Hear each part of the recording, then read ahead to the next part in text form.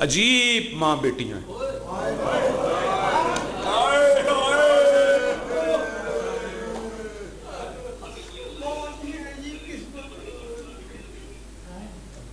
جن کی قبروں کے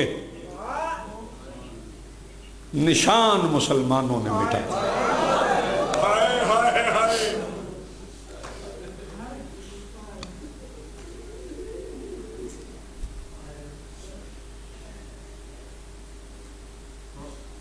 میری مخدومہ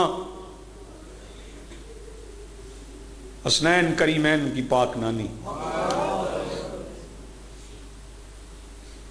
اس وقت معاشرتی معاشی مقاطعہ تھا، بائیکاٹ تھا، جب شہزادی نے پردہ فرمایا۔ آخری بار نبیوں کے سلطان کو قریب بلایا،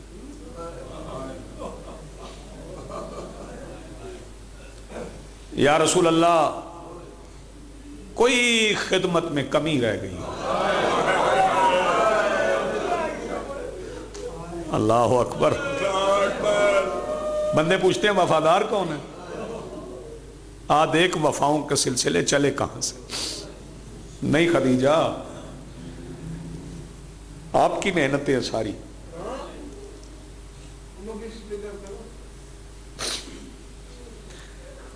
آپ نے زندگی بھر مجھ سے کچھ نہیں مانگا،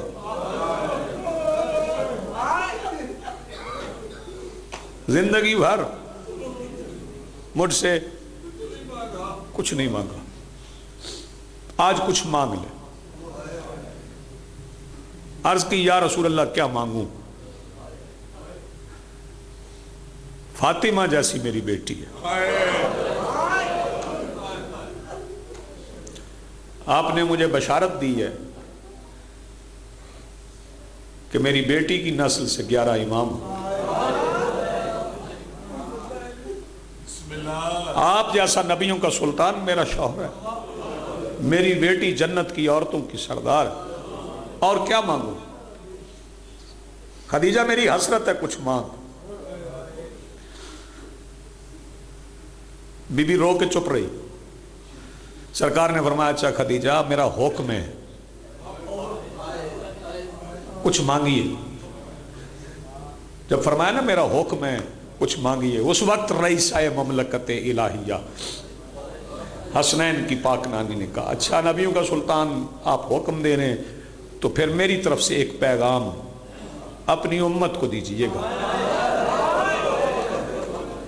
شہزادی کیا پیغام؟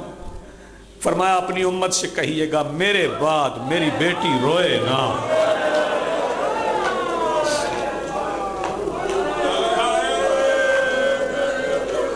جزاک اللہ، مرحبا، آباد رہیں، روزے سے ایسی عبادت کرنا۔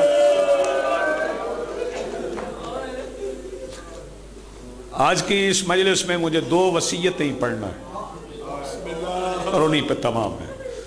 میرے بعد میری بیٹی روئے نہ۔ شیب ابی طالب میں شہزادی کا جنازہ ہوا،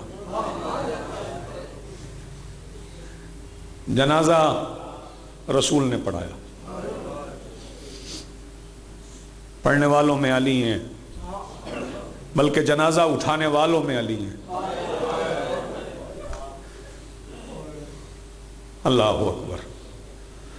جنازہ اٹھانے والوں میں علی ہیں، جعفر ہیں، عقیل ہیں، حمزہ ہیں۔ جنازہ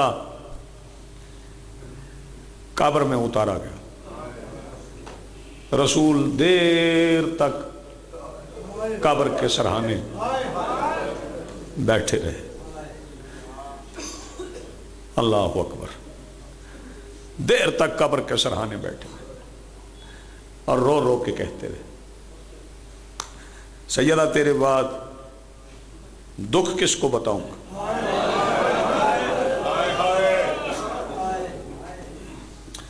جنت المعلا میں، جنت المعلا کہتے ہیں، جنت المعلا میں شہزادی کی تدفین ہوئی۔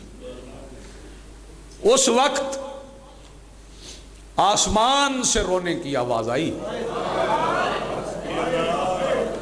یہ فکرہ سن لیں، اس کے بعد میں 2 فکرے اور مصائب کے کہوں گا، کافی وقت ہو گیا. آسمان سے رونے کی آواز اس وقت آئی جب 10 رمضان کا دن گزرنے کے بعد رات کے اندھیرے میں رسول بطول کو ماں کی قبر پہ لے گئے.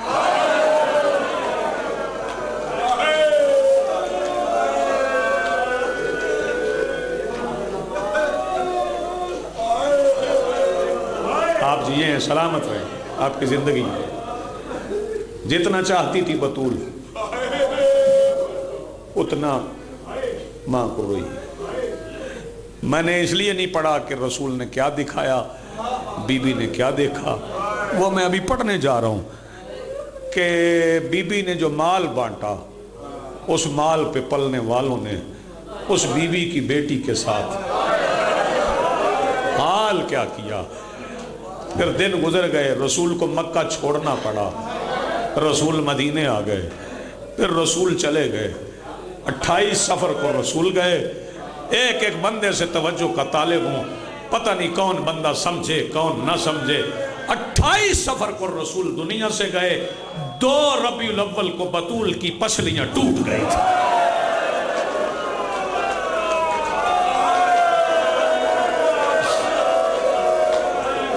سبحان اللہ، مرحبا، آباد رہے آپ کی زندگیوں. 2 کو رسول، 28 کو رسول گئے.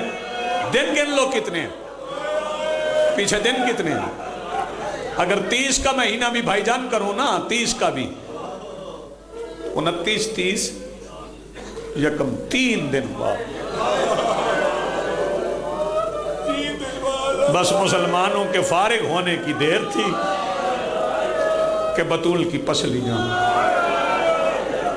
ٹوٹ گئی ہیں.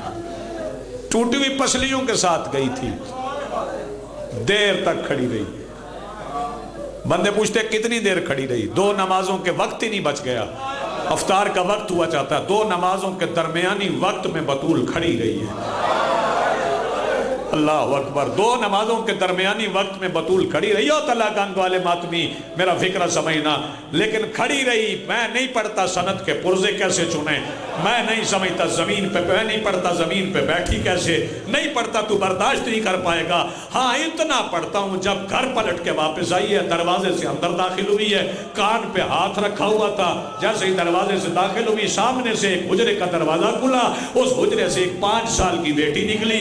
ماں اور بیٹی سامنے آئی. ماں بھی مٹی پہ بیٹھ گئی، بیٹی بھی مٹی پہ بیٹھ گئی. بیٹی نے غور سے ماں کو دیکھا کہ اس ماں کا ہاتھ کان پہ ہے. اب کان کو غور سے دیکھا تو خون کی ایک لکیر کان سے چل رہی تھی. بیٹی آواز دے کے کہتی، اماں جہاں گئی تھی وہاں کسی نے آپ کو مارا ہے؟ سیدہ آپ کو سلامت رکھے. میں چاہتا تھا مصائب کے لیے زیادہ، آج آخری مجلس ہے اس معاشرے کی، میں چاہتا تھا کچھ وقت اور بچ جائے لیکن نہیں بچا. میں بتاؤں کان کو کیا ہوا تھا؟ سنو گے؟ بتاؤں کان کو کیا ہوا تھا؟ جو بندے فرحان ابھی تک ماتم نہیں کر سکے وہ سر اٹھائیں. بتاؤں کان کو کیا ہوا کہ 3 جمادی الثانی کے بعد ایک دن حسین نانا کی اپنے بابا کی انگلی پکڑ کے مدینہ کے بازار میں جا رہے تھے. اچانک حسین نے بابا کی انگلی چھوڑ دی. مٹی پہ بیٹھ کے گھٹنوں پہ سر رکھ کے حسین رونے لگے.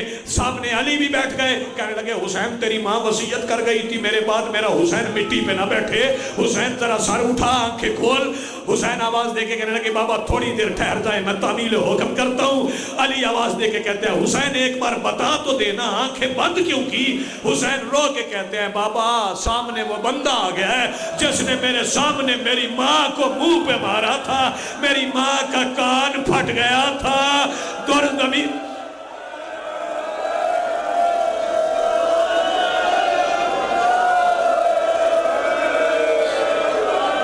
سیدہ آپ کو سلامت رکھے.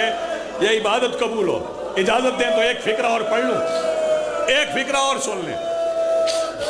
سیدہ آپ کو سلامت رکھے، ایک فکرہ اور سن لیں.